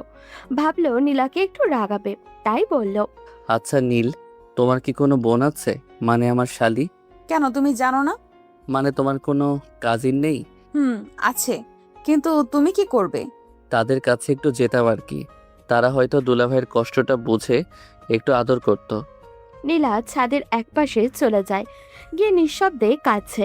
আহনাফ পিছন থেকে জড়িয়ে ধরে হালকা হেসে বলল, এই কি হলো, কাঁদছো কেন? সতীন ঘরে আসলে তোমার কাজে একটু হেল্প করতো। নীলা প্রচন্ড রেগে যায়। টান দিয়ে আহনাফের কলার চেপে ধরে আছে। নীলার মুখের গরম নিঃশ্বাস এসে আহনাফের মুখে পড়ছে, যা আহনাফকে আরো মাতাল করে দিচ্ছে। আহনাফ নীলার রাগী গালে একটা কিস করে দেয়। সঙ্গে সঙ্গে শুরু হলো বুকের ওপরে অত্যাচার। নীলা ইচ্ছে মতো কিল ঘুষি দিচ্ছে আহনাফকে। বিয়ে করবি তাই না? তোর বিয়ে করার শখ মেটাবো। ছাদ থেকে ধাক্কা দিয়ে ফেলে দিয়ে আমিও সাথে মরে যাব। তখন না থাকবে বাঁশ আর না বাজবে বাঁশি। কি বলো, কই ভাবলাম বউয়ের আদর না পেলেও শালীর আদর তো পাবো, কিন্তু কই আর কিছুই হলো না। নীলা অসহায় দৃষ্টিতে তাকিয়ে আছে আহনাফের দিকে। তখন আহনাফ হেসে নীলাকে জড়িয়ে ধরে বলল, সরি, এই কান ধরছে, আর কোনোদিন বিয়ের কথা বলবো না। এই দেখো কান ধরে উঠবস করছি। নীলা আর না হেসে পারল না, না হাত বাড়িয়ে ইশারা করলো। আহনাফ কান ছেড়ে নীলাকে ঝাপটে জড়িয়ে ধরল। অনেকক্ষণ হলো, চলো রুমে চলে যাই। আচ্ছা চলো। আমি হেঁটে যাব নাকি? তাহলে কিভাবে যাবে? আমার ডেভিল বর থাকতে আমি কেন হেঁটে যাব? সে আমাকে কোলে করে নিয়ে যাবে। আহনাফ কোনো কথা না বলে নীলাকে কোলে করে রুমে নিয়ে আসে। এসে দুজন শুয়ে পড়ে। পরদিন নীলার বাবা চলে যাবে। নীলা বাবাকে জড়িয়ে ধরে কান্না করে দেয়। কি হলো, কান্না করছিস কেন? আমি আর তোর আম্মু আসবো ঈদের দিন ঘুরতে। এরপর নীলা সারাদিন কাজে ব্যস্ত। সন্ধ্যায় ইফতার শেষ করে নামাজ পড়ে নিল। আহনাফ কোথাও একটা গিয়েছে। নীলা বসে বসে ফোনটা টিপছে। হঠাৎ করেই তার মনে হলো, সবার জন্য সবকিছু কিনলো ও, কিন্তু নিজের জন্য কিছুই আনলো না। এখন রমজান মাস, বাইরে বেরোতে পারবো না। আমি বরং অনলাইন থেকে কিছু একটা অর্ডার করে দিই। নীলা অনলাইন থেকে একটা গিফট অর্ডার করে রুমে শুয়ে আছে। কিছুক্ষণ পর ছোট ছোট হাতের স্পর্শ পেয়ে ফিরে দেখলো আবির পাশে শুয়ে আছে। কি হলো, আমার বাবাটার বুঝি মন খারাপ? আম্মু, কেন, সেটা আম্মুকে বলা যাবে? আমি যাদের সাথে খেলতে যাই পাশের বাসার সবাই স্কুলে যাই। নীলা আবিরকে জড়িয়ে ধরে মুচকে হেসে বলল, ও এই ব্যাপার? এটা কোনো মন খারাপের বিষয় হলো? তোমার আব্বুকে বলবো তোমাকে ঈদের পরে স্কুলে ভর্তি করিয়ে দিবে। কি আব্বুকে বলবা? হাতে একটা ব্যাগে কিছু চকলেট নিয়ে রুমে ঢুকলো আহনাফ। তোমার ছেলের মন খারাপ, সে নাকি স্কুলে ভর্তি হবে, তার ফ্রেন্ডরা সবাই স্কুলে পড়ে। আমি আছি এক বিপদে। রুমে বিদ্যাসাগর ব্যবহার করেছেন। মা যাবে মেডিকেল কলেজে, ছেলে যাবে স্কুলে, তাহলে বাবাকে আদর করবে কে? কথাটা বলতে বলতেই আহনাফ ব্যাগটা টেবিলে রেখে আবিরকে এসে জড়িয়ে ধরে। তখন আবির আহনাফের গালে হাত দিয়ে বলল, আমি আদর করব। ছেলের পড়াশোনার প্রতি আগ্রহ আছে। দেখতে হবে না ছেলেটা কার? ঢং। কিসের ঢং? তুমি যে কলেজে পড়ছো সেই কলেজে আমি অল টাইম ফার্স্ট ছিলাম। আজও ঠিক মতো একটু পড়ে পরীক্ষা দিলে তোমার আগে ডাক্তার হয়ে যাব। কত মেয়ে সেই সময় আমাকে প্রপোজ করছে। কি, তুমি কলেজে প্রেম করছো? তোমাদের মেয়েদের এই এক সমস্যা, সব সময় পুরোটা না শুনে কথা বলা শুরু করে দাও। আমি তো ওদের প্রপোজ এক্সপেক্ট করি নাই। কেন করো নাই? কারণ আমার স্বপ্ন ছিল এমন একজনকে বিয়ে করার, যে আমাকে বয়ফ্রেন্ড না বানিয়ে সরাসরি বিয়ে করবে, আর বিয়ের পর দুজনে মিলে প্রেম করব। আমার সাথে একটু একটু অভিমান করবে, আমি সেটা ভালোবেসে ভাঙাবো। জ্যোৎস্না রাতে দুজনে খোলা ছাদে বসে আমি তার কোলে মাথা রেখে চাঁদ দেখব। সত্যি তো? এই আকাশ যেমন সত্যি, এই কথাগুলো সত্যি। আজ 26তম রমজান, সব দিকে ঈদের আমেজ। রুমে বসে আছে আহনাফ আর আবির। নীলা রান্নাঘরে আবিরের জন্য খাবার বানাচ্ছে। হঠাৎ করে কেউ একজন কলিং বেল বাজায়। নীলা দরজা খুলে দেখে একটা ডেলিভারি বয়। সে হাসি মুখে তার কাছ থেকে পার্সেলটা নিয়ে আসে। এরপর আবিরের খাবার নিয়ে রুমে আসে। আম্মু, তোমার হাতে ওটা কি? আহনাফ এতক্ষণ খেয়াল করেনি, তবে আবিরের কথায় খেয়াল করলো নীলার হাতে একটা ব্যাগ। তাই সে প্রশ্ন করলো, সত্যি তো? এটা কি? সারপ্রাইজ থাকলে সন্ধ্যায় খুলে দেখাবো। এরপর নীলা আবিরকে খাইয়ে ঘুম পাড়িয়ে দিল। সন্ধ্যায় রুমে পায়চারি করছে আবির আর আহনাফ। আচ্ছা আব্বু, তোমার কি মনে হয় তোমার আম্মু কি সারপ্রাইজ দিবে? জানি না। আর ওয়েট করতে হবে না, এখনই খুলবো। বলে নীলা বক্সটা খুলে একটা প্যাকেট আবিরকে ও আরেকটা প্যাকেট আহনাফকে দিল। দুজনের জন্য 2টা পাঞ্জাবি, প্যান্ট আর ঘড়ি। ওয়াও, এগুলো কোথায় পেলে? খুব সুন্দর। আম্মু, আমার ঘড়ি কোথায়? আছে ভেতরে, দেখো। তোমাদের পছন্দ হয়েছে গিফট? খুব পছন্দ হয়েছে। বলে আবির নীলার গালে চুমু দেয়। তখন আহনাফ দুষ্টু হাসি দিয়ে বলে, এখন আমাকে জিজ্ঞেস করো, আমিও একটা কিস দিয়ে বলি। ঢং করা বন্ধ কর, বুইড়া বেটা। এগুলো তো অনেক দামি, আর তুমি এত টাকা খরচ করলা কেন? তুমি এত খরচ করে সবার জন্য কত কিছু কিনলা, কিন্তু নিজের জন্য কিছুই আনলে না। তাই আমি আমার শাড়ির কালার পাঞ্জাবি অর্ডার করলাম। তাই বলে তুমি এত টাকার কিনবা কেন?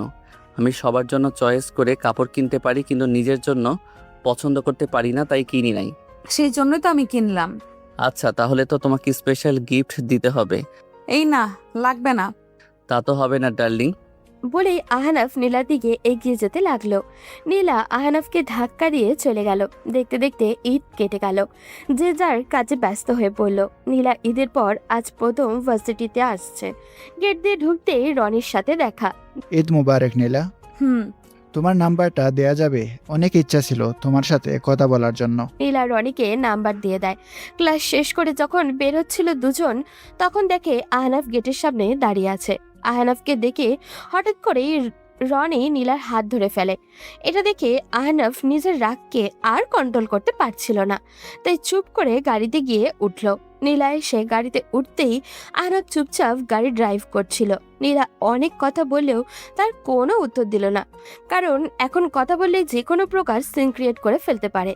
বাসায় এসেই আহনাফ বিছানায় শুয়ে পড়ল, আর নীলা ওয়াশরুমে শাওয়ার নিচ্ছিল। ঠিক তখনই নীলার কল আসলো। আহনাফ ফোনের দিকে তাকালো না, কিন্তু বারবার কল আসতেই তাই সে নীলার ফোনটা রিসিভ করলো। ওপাশ থেকে একটা পুরুষালী কণ্ঠ শুনলো। হ্যালো নীলা। কে বলছেন? ওহ, আহনাফ ভাই, রনি বলছিলাম। নীলা কোথায়? ও বিজি আছে, পরে কল দিও। ওকে। আহনাফ আর নিজের রাগকে কন্ট্রোল করতে পারল না। নীলার শাওয়ার শেষ করে বের হতেই হাত চেপে ধরল ওর। কি হয়েছে আহনাফ? আমি কি পুরুষ না, নাকি আমার মধ্যে পুরুষত্ব নেই, কোনটা? কি হয়েছে বলবা তো? আমি যা বলছি তার উত্তর দাও। আহনাফের এইরকম ভয়ঙ্কর চোখ দেখে ভয় পেয়ে যায় নীলা। কেন এমন করছে কিছুই বুঝতে পারছে না ও। আমি যদি পুরুষ হই তাহলে কেন তোমার ছেলে ফ্রেন্ডের দরকার? আচ্ছা মানলাম ওই ছেলেটা মানে রনি তোমার ফ্রেন্ড ভার্সিটিতেও কেন তোমার পার্সোনাল নাম্বারে কল করবে? এটার জন্য রাগ করছো? আচ্ছা, আমি ওর সাথে ফ্রেন্ডশিপ রাখবো না। আমার প্রশ্নের উত্তর দাও, ও তোমার নাম্বার কোথায় পেলো? আসলে ও জোর করছিল, তাই দিয়েছে। একটা কথা কান খুলে শুনে রাখো, আহনাফ যেভাবে ডানা ধরে উঠতে শিখাতে পারে, ঠিক তেমনি ডানা কেটে মাটিতে ফেলতে পারে। ভয়ঙ্কর দৃষ্টি নিয়ে কথাটা বলে ধাক্কা দিয়ে নীলাকে বিছানার উপরে ফেলে চলে যায় আহনাফ। বাড়ির বাইরের রাস্তা দিয়ে আনমনে হাঁটছিল। নিজের মাথায় কিছুতেই শান্ত করতে পারছিল না সে। ওদিকে নীলা কান্না করছে।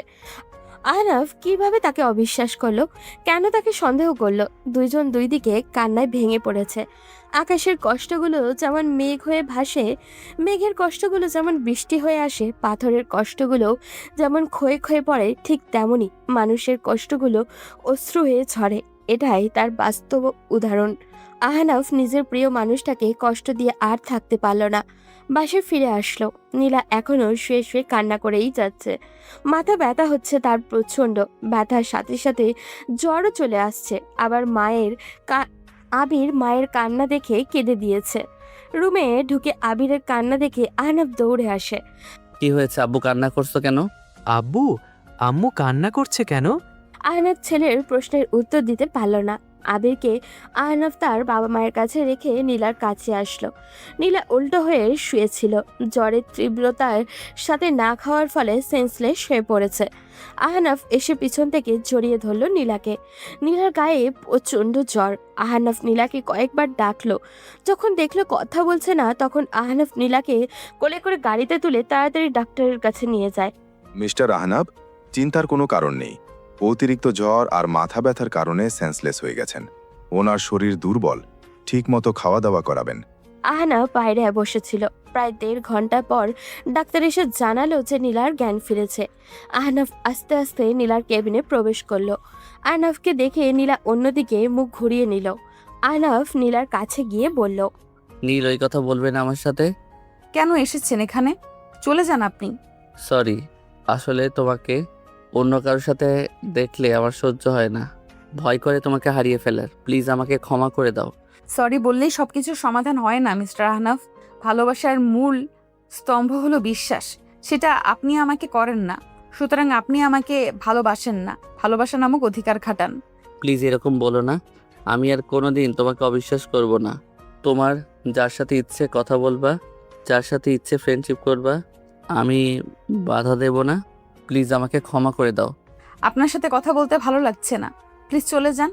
আহনাফ টেবিলে থাকা সার্জারি কিট দেখে একটা ছুরি নিয়ে বলে, চলে যাচ্ছি, তবে তোমার সামনে থেকে না, এই পৃথিবী থেকে। আর কখনো আমাকে সহ্য করতে হবে না। আহনাফ, এটা রেখে দাও বলছি। রাখবো না। তুমি বলছিলে না অভিনয় করছি, আমি অভিনয় করছি কিনা দেখিয়ে দিচ্ছি। নীলা বেড থেকে নেমে তাড়াতাড়ি এসে আহনাফের হাত থেকে ছুরিটা কেড়ে নিয়ে গালে থাপ্পড় বসিয়ে দেয়। আহনাফ গালে হাত দিয়ে অসহায় দৃষ্টিতে নীলার দিকে তাকায়। নীলা আহনাফকে শক্ত করে জড়িয়ে ধরে। ভালোবাসা এমনই, যতটা সুখী করে তার চেয়েও 1000 গুণ বেশি কষ্ট দেয়। তবুও কেন মানুষ যে ভালোবাসে জানেন? কারণ কষ্ট ছাড়া ভালোবাসার পরিমাণ করা যায় না। কষ্ট আর সুখের মিশ্রণই ভালোবাসা। নীলা আহনাফকে জড়িয়ে ধরে প্রশ্ন করে, আবির কোথায়? বাসায় রেখে আসছি। ডাক্তারের সাথে কথা বলো, আমি বাসায় যাব। তোমার এখন রেস্টের প্রয়োজন, বাসায় পরে গেলেও চলবে। নীলা রাগী চোখ নিয়ে আহনাফের দিকে তাকায়। আহনাফ চুপচাপ ডাক্তারকে বলে নীলাকে নিয়ে বাসার উদ্দেশ্যে রওনা দেয়। গাড়িতে আহনাফের হাত জড়িয়ে ধরে বসেছিল নীলা। আহনাফ এক মনে গাড়ি ড্রাইভ করছিল। হঠাৎ করেই দ্রুত গতিতে একটা গাড়ি তাদের দিকে আসতে থাকে। আহনাফ ভিতরে রাজকে স্পষ্ট দেখেছিল, কিন্তু ততক্ষণে অনেক দেরি হয়ে গেছিল। রাজের গাড়ি লেফট টার্ন করে ধাক্কা দিয়ে চলে যায়। আহনাফ গাড়ি সরাতে গিয়ে রাস্তা থেকে ছিটকে গিয়ে একটা গাছের সাথে ধাক্কা লাগায়। গাড়ির জানালার কাঁচ তার কপালে ঢুকে যায়। আহনাফ নীলার দিকে তাকাতেই কনকন বিধারী চিৎকার দেয়। নীলা বলে, আহনাফের হাত বেয়ে অঝোর ধারায় রক্ত বেয়ে যেতে লাগলো। আহনাফ হাতে পায়ে অনেক জোরে আঘাত পেয়েছিল, তবু কোনো মতে নেমে আসে। সঙ্গে সঙ্গে অনেক লোক জড়ো হয়ে যায়। সবার সহযোগিতায় আহনাফ নীলাকে ডাক্তারের কাছে নিয়ে যায়। আহনাফ পায়ে বেশি আঘাত পেয়েছিল, সে সোজা হয়ে দাঁড়াতে পারছিল না। ডাক্তার তখন তাদের হাতে পায়ে আর মাথায় ব্যান্ডেজ করে দিল। আহনাফ বারবার জিজ্ঞাসা করছিল, ডাক্তার, আমার স্ত্রী কোথায়? আপনার স্ত্রীর অবস্থা আশঙ্কাজনক, অপারেশন চলছে। আহনাফ বাড়িতে সবাইকে কল করে জানায় আহনাফের বাবা মা, সাথে নীলার বাবা মা সবাই আসে। সবার চোখ থেকেই জল গড়িয়ে পড়ছে। আবিরকে জড়িয়ে ধরে আহনাফ কান্না করেই যাচ্ছে, ঠিকমতো কথাও বলতে পারছে না। ডাক্তার তাকে বেডে শুইয়ে দিলেও সে জোর করে উঠে অপারেশন থিয়েটারের সামনে বসে আল্লাহর কাছে দোয়া করতে থাকে। আল্লাহ, তুমি বাচ্চাটার উসিলায় আমার স্ত্রীকে সুস্থ করে দাও, ওর বদলে তুমি আমাকে নিয়ে নাও। প্রায় 10 মিনিট পর ডাক্তার বের হয়ে আসেন।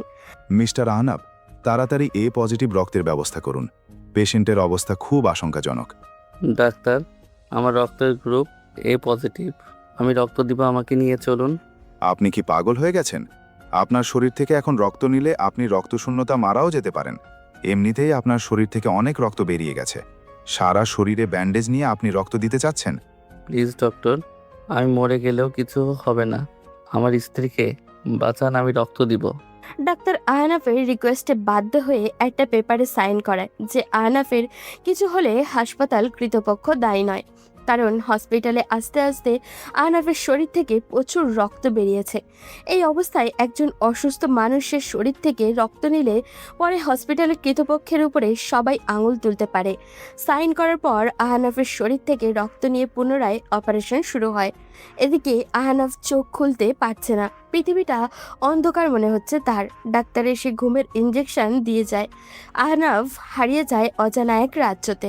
ওদিকে ডাক্তাররা প্রাণপণে চেষ্টা করে প্রায় 1 ঘন্টা 25 মিনিট পর সাকসেস হয়। নীলার মাথায় অনেক জায়গায় ছোট ছোট করে কাচের টুকরা ঢুকে গিয়েছিল। ডাক্তার বের হতেই নীলার বাবা মা আর আহনাফের বাবা মা ঘিরে ধরে। আপনাদের চিন্তার কোনো কারণ নেই, পেশেন্ট এখন সম্পূর্ণ বিপদমুক্ত। আলহামদুলিল্লাহ, অসংখ্য ধন্যবাদ ডক্টর। প্রায় 3 ঘন্টা পর নীলার জ্ঞান ফিরে। জ্ঞান ফিরতেই আহনাফ বলে চিৎকার দিয়ে ওঠে। ওদিকে আহনাফ আস্তে আস্তে চোখ খুলেছে। কিছুক্ষণ আগেই হসপিটালে ব্লাড ব্যাংকের লোকেরা এই পজিটিভ রক্ত জোগাড় করে তাকে ব্লাড পুশ করে। সবাই নীলাকে শান্ত করে। আবির মায়ের হাত ধরে বসে থাকে। প্রায় 1 ঘন্টা পর আহনাফ কিছুটা ফিট হলে হুইল চেয়ার করে নীলার কেবিনে নিয়ে যাওয়া হয়। কেবিনে ঢুকতেই নীলার চোখ পড়ে আহনাফের দিকে। আহনাফের মুখে সেই ভুবন ভোলানো হাসি, যেই হাসির ভিতরে লুকিয়ে আছে হাজারো আবেগ, হাজারো রাগ, অভিমান আর এক বুক ভালোবাসা। নীলা আহনাফের হাতের উপরে হাত রাখে। আহনাফ চোখ বন্ধ করে শুধু একটা কথাই উচ্চারণ করে, তুমি আমার অদ্ভুত মোহ নীলা। আর তুমি আমাদের নিঃশ্বাস আহনাফ। বলে নীলা আবিরকে জড়িয়ে ধরে। আহনাফ নীলার পাশে কিছুক্ষণ বসে বাইরে যায়। গিয়ে ফোনটা আর তার আম্মুর কাছ থেকে নিয়ে রানাকে কল করে বলে, হ্যালো রানা। দোস্ত, তোর অবস্থা এখন কেমন? আমি ভালো আছি, তোকে একটা কাজ করতে হবে। কি কাজ দোস্ত? আমার গাড়িতে রাজ নামের ওই ছেলেটা ধাক্কা দিয়েছে। আমি ধাক্কা লাগার আগ মুহূর্তে স্পষ্ট ওর মুখ দেখেছি। কি বলিস দোস্ত? তাহলে আমরা গিয়ে ছেলেটার মাথা নামিয়ে দেই? না, এখন ওকে এভাবে মারা যাবে না। আমি আসতে পারবো না, ওর দিকে খেয়াল রাখ। আমি যখনই সিগন্যাল দিব ওকে বেঁধে আমাদের পুরনো আস্তানায় নিয়ে আসবি। তুই কোনো চিন্তা করিস না, আমি সব ব্যবস্থা করছি। তুই শুধু সাবধানে থাকিস। আর ভাবির কি অবস্থা? আমরা দুজন ঠিক আছি, যেটা বললাম ঠিক মতো করিস। ওকে। আহনাফ কল করে আবারও নিজের বেডে গিয়ে শুয়ে পড়ে। প্রায় 5 দিন পর তাদের ছাড়া হয়। আহনাফ পুরোপুরি সুস্থ হলেও নীলা এখনো ঠিকমতো হাঁটতে পারছে না। এতে অবশ্য কোনো সমস্যা হয় না, আহনাফ কোলে করে সব কিছু করে। আহনাফ বাসায় এসেই রানাকে কল করে। রানাও আহনাফের কথা মতো রাজকে কিডন্যাপ করে বেঁধে রাখে। তখন আহনাফ সেখানে যায়। ওয়েলকাম মিস্টার রাজ, আমার রাজ্যতে আপনাকে স্বাগতম। রানা রাজের চোখ থেকে কাপড়টা খুলে দেয়। রাজ আহনাফকে দেখে অবাক হয়। তুই এখনো বেঁচে আছিস? তুই কি ভেবেছিলি তোর মতো একটা কিট আফনাফকে মেরে ফেলবে? আফসোস, তোর জন্য আরেকটা দুঃসংবাদ আছে। শুধু আমি না, তোমার স্ত্রীও বেঁচে আছে। কি? ও কিভাবে বাঁচলো? আমি থাকতে তুই আমার স্ত্রীকে মেরে ফেলবি, তা কিভাবে ভাবলি? আহনাফ একটা গরম করা রড নিয়ে রাজের পিঠের ওপরে রেখে দেয়। রাজ চিৎকার দিয়ে ওঠে। তার চিৎকারে পুরো বাড়ি কম্পিত হচ্ছে, কিন্তু আহনাফ সে ভয়ঙ্কর চোখ নিয়ে তাকিয়ে আছে। তুই অনেক বড় ভুল করেছিস শাহানাব। নীলাকে আমি না পেলে পৃথিবীর কেউ পাবে না। আমাকে মেরে ফেললেও আমার বস তোকে ধ্বংস করে দেবে। আহনাফ হাতে একটা ছুরি নিয়ে রাজের হাতে ঢুকিয়ে ধরে রাখলো। রাজ চিৎকার দিয়ে উঠল। বল তোর বসকে, বল, না হলে এটা দিয়ে তোর গলা নামিয়ে ফেলবো। আমাকে মেরে ফেললেও বলবো না। আহনাফ নিজের রাগকে কন্ট্রোল করতে পারল না, সোজা রাজের মাথায় কাছে ছুরি দিয়ে আঘাত করলো। রাজ ভয়ঙ্করভাবে লাফালাফি শুরু করলো। তখন আহনাফ তার গলা চেপে ধরে বলল, এখনো সময় আছে, বল তোর বসকে। এবার রাজ কান্না করে বলল, আসলে আমি তোমাদের ভয় দেখাতে চেয়েছিলাম বসের কথা বলে। আমার কোনো বস নেই। আমি ওই অপমানের প্রতিশোধ নিতেই এই কাজ করেছি। আহনাফ তার চিল্লের সুরে হাসলো। সে এরকমটাই ধারণা করেছিল। সে রেগে আরও একটা আঘাত করলো রাজকে। রাজ সাথে সাথে মারা গেল। তখন আহনাফ রানাকে উদ্দেশ্য করে বলল, ওর লাশটা পানিতে ফেলে দে, আর একবার খোঁজ নিয়ে দেখিস কেউ ওর পেছনে আছে কিনা। বলা যায় না, থাকতেও পারে। ওকে দোস্ত, তুই কোনো চিন্তা করিস না, আমি সব ব্যবস্থা করছি। আহনাফ বাসায় ফিরে আসলো। বাসায় ফিরে দেখলো নীলা আর আবির শুয়ে গল্প করছে। আহনাফ ফ্রেশ হয়ে তাদের পাশে শুয়ে পড়ল। কি আবির মশাই, আব্বুকে রেখে কিসের গল্প হচ্ছে? জানো আব্বু, আম্মু হাঁটতে পারে কিন্তু তবুও হাঁটে না। তোমার কোলে উঠে ঘুরে আর তুমি চলে গেলে হাঁটে। নীলা লজ্জামাখা চোখে আহনাফের দিকে তাকালো। আহনাফ মুচকে হাসলো। আবির তখন আহনাফের বুকের উপরে উঠে বসলো। তোমার আম্মু খুব পচা। আচ্ছা আবির, তোমার একা একা খেলতে ভালো লাগে নাকি বন্ধুদের সাথে খেলতে ভালো লাগে? বন্ধুদের সাথে খেলতে ভালো লাগে। এখন তুমি এক কাজ করো, তোমার আম্মুকে বলো তোমার জন্য বন্ধু এনে দিতে। নীলা এতক্ষণ আহনাফের কথায় কিছুই বুঝতে পারছিল না। যখন বুঝতে পারলো তখন রাগী চোখে তাকালো আহনাফের দিকে। আবির আহনাফের বুক থেকে নেমে নীলার কাছে গেল, গিয়ে কান্না করতে লাগলো বন্ধুর জন্য। নীলা রাগেই গলায় আহনাফকে বলল, এই যে এখন ছেলেকে কাঁদালে, এবার নিয়ে শান্ত করো। আহনাফ মুচকে হাসলো। আবিরকে কোলে নিয়ে বাইরে যায়। নীলাও মুচকে হেসে শুয়ে পড়ল।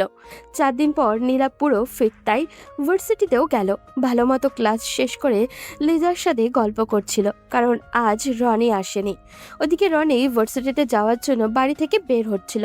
তখনই একটা কালো কার এসে তাকে তুলে নিয়ে যায়।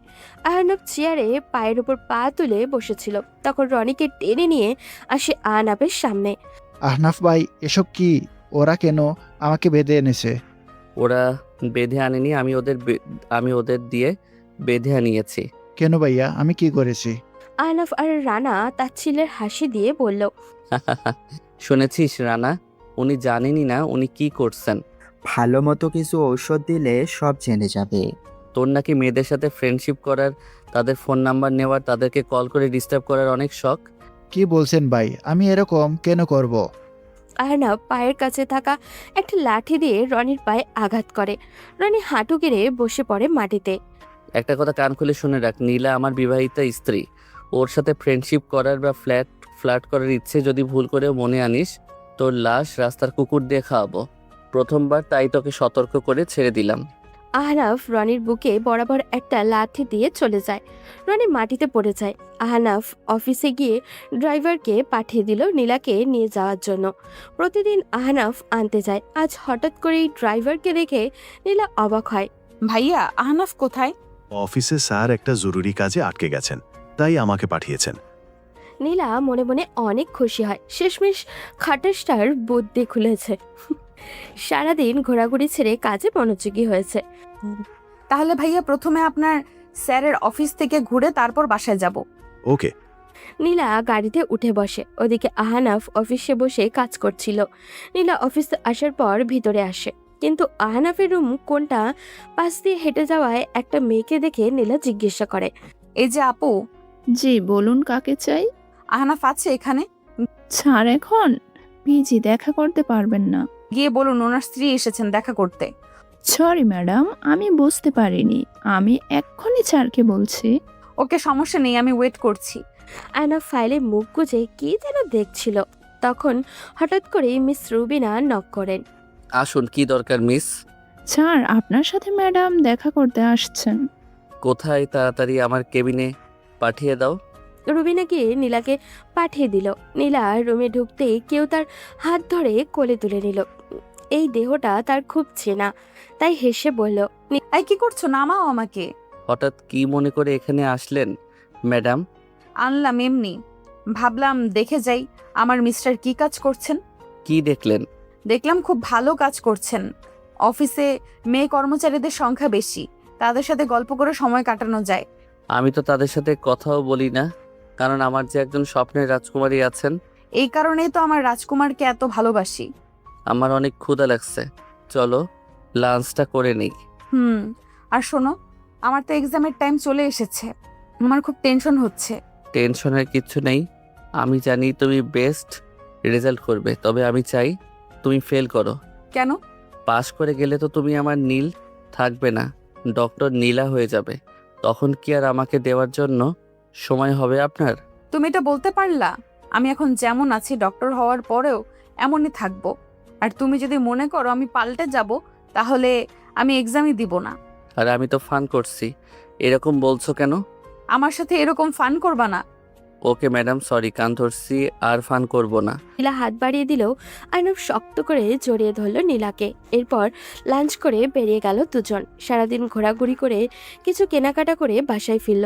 দেখতে দেখতে নীলার এক্সামও এসে গেল। আর্নব খুব কেয়ার করে নীলাকে, জোর করে পড়তে বসায়, রাত জেগে পাশে বসে থাকে। নীলা খুব ভালো মতো পরীক্ষা শেষ করলো। রেজাল্টের দিন সকাল থেকে নীলার সারা রুমে পায়চারি করছে, সাথে আবিরও পেছন পেছন পায়চারি করছে।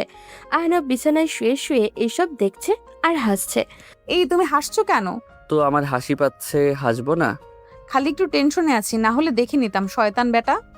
আহনাফ ল্যাপটপটা হাতে নিয়ে রেজাল্ট দেখলো। নীলা যেরকমটা ভেবেছিল সেই রকমই রেজাল্ট করেছে, ফার্স্ট ক্লাস পেয়েছে। আহনাফ আনন্দে লাফাতে শুরু করলো। পাশে দাঁড়িয়ে জিজ্ঞাসু দৃষ্টিতে তাকিয়েছিল আবির আর নীলা। নীল, তুমি ফার্স্ট ক্লাস পেয়েছো? কথাটা শুনে নীলা যেন নিজের কানকেই বিশ্বাস করতে পারছিল না। আনন্দে কান্না করে দিয়েছে ও। আহনাফকে জড়িয়ে ধরে বসে আছে। আহনাফ নীলাকে ছাড়তে পারছে না। আহনাফ মিষ্টি আনতে চলে যায়। নীলা আবিরকে জড়িয়ে ধরে বলে, আব্বু বলো, তুমি আম্মুর কাছে কি চাও? আচ্ছা, যা চাইবে সব পাবে। সত্যি দিবা তো? সত্যি দিব। তাহলে আমাকে বন্ধু এনে দাও। ছেলের কথায় নীলা না হেসে থাকতে পারল না। আচ্ছা, দিব তোমাকে বন্ধু এনে। আবির খুশিতে সারা রুমে দৌড়াতে থাকে। আহনাব মিষ্টি এনে সবাইকে দিতে থাকে। বাড়িতে উৎসবের আমেজ এসে গেছে। আহনাব যার কাছে যাচ্ছে তাকেই বলছে, আমার বউ ডাক্তার হয়ে গেছে, আর চিন্তা করা লাগবে না। নীলা আহনাফের এমন বাচ্চামো দেখে হাসছে। আহনাব মিষ্টির প্যাকেট নিয়ে উপরে আসে। আব্বু আম্মু বলছে বন্ধু এনে দেবে। আহনাফ ছেলের কথা শুনে নীলার দিকে তাকায়। নীলা মুচকি হেসে প্যাকেট থেকে একটা মিষ্টি নিয়ে আহনাফের মুখে ঢুকিয়ে দেয়। আহনাফকে এখনো ঘোরের মধ্যেই আছে। প্যাকেট রেখে নীলা আর আবিরকে জড়িয়ে ধরে। নীলাও শক্ত করে জড়িয়ে ধরে আহনাফকে। তাদের এই ভালোবাসা চলতে থাকুক চিরন্তর।